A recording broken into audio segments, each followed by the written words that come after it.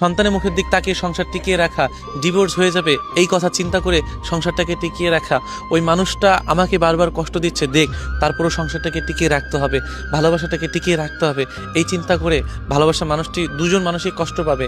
আসলে এই চিন্তাধারা থেকে না সবারই বেরোতে হবে, কারণ ডিভোর্সের ভয় যদি আপনি সংসারটাকে টিকিয়ে রাখেন, ওটার ভিতরে ভালোবাসা কখনোই ছিল না আর থাকবে না। যদি সন্তানের মুখের দিক তাকিয়ে সংসারটাকে টিকিয়ে রাখেন, তাহলে ওটার ভিতরে কোনোদিনও ভালোবাসা ছিল না, ওটার ভিতরে ছিল শুধু ভয়। কারণ ডিভোর্সের ভয়ে কখনো সংসার টিকানো যায় না, সন্তানের মুখের দিক তাকিয়ে কখনো সংসার টিকানো যায় না, সংসারের দিক তাকিয়ে কখনো আপনি সংসার টিকিয়ে রাখতে পারবেন না, সেটা হোক বা ছেলে হোক বা মেয়ে। প্রত্যেকটা মানুষেরই মানসিক শান্তির দরকার আছে। দেখেন, ঘরের বউ হচ্ছে মানসিক শান্তির একটা অন্যতম জায়গা। পুরুষ সারা দুনিয়ায় কষ্ট পেয়ে এসে ওইখানে শান্তি খোঁজে যেখানে তার স্ত্রী থাকে, যেখানে ঘরে একজন মানুষ থাকে, ঘরে একজন ভালোবাসার মানুষ থাকে, ওইখানে মানসিক শান্তি খোঁজে। কারণ পুরুষের মানসিক শান্তি হচ্ছে একমাত্র তার স্ত্রী, পুরুষের মানসিক শান্তি হচ্ছে ভালোবাসার মানুষ।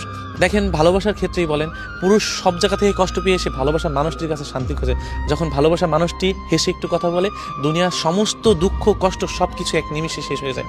অথচ দেখেন, আমরা সেই ঘরেই বা সেই ভালোবাসার মানুষটির কাছে শান্তি পাই না। অথচ দিনের পর দিন এই পুরুষগুলোর ডিভোর্সের ভয়ে, ছোট বাচ্চার ভয়ে, সংসারের ভয়ে হয়তো মাথা পেতে নেয়, হয়তো মাথা নত করে যে আমি আমার স্ত্রীকে ডিভোর্স দিতে চাই না, আমি আমার সংসারটাকে গুছিয়ে রাখতে চাই, আমি আমার সংসারটাকে ভাঙতে দিব না, আমি যেই মানুষটাকে ভালোবাসি সেই মানুষটা একটু বুঝুক, আমি সব কিছু মাফ করে দিয়ে সেই মানুষটার সাথে সংসার করতে চাই।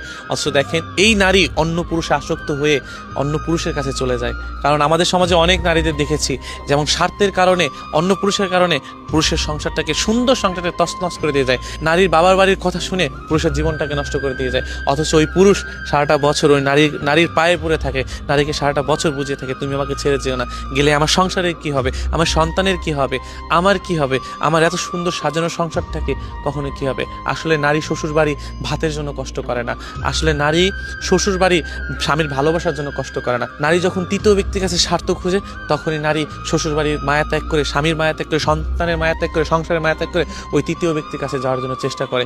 অথচ ওই নারী বুঝে না যে ওই তৃতীয় ব্যক্তি কোনো একদিন তাকে খোঁটা দিবে, যে তুই একটা সংসার ভেঙে আসছিস, তুই একজনের সংসার শেষ করে দিয়ে আসছিস, তুই সন্তানের মুখের দিক না তাকিয়ে তুই আমার জীবনটাকে নষ্ট করতে আসছিস। আসলে যে নারী বোঝান না, সেই নারী কখনোই সংসার করার যোগ্যতা রাখে না। নারী ওই পুরুষের ভালোবাসা বোঝে না যে পুরুষ তাকে আগলে রাখবে। অথচ নারী দিন শেষে এই সংসার, এই ভালোবাসা, এই সন্তান, এই সব কিছু ত্যাগ করে অন্য পুরুষে আসক্ত হয়ে যায়। এই জন্য ডিভোর্সের ভয়ে, সন্তানের ভয়ে এবং সংসারের ভয়ে কখনো সংসার টিকিয়ে রাখা যায় না, এবং নারীকেও কখনো আপনি বুঝিয়ে রাখতে পারবেন না।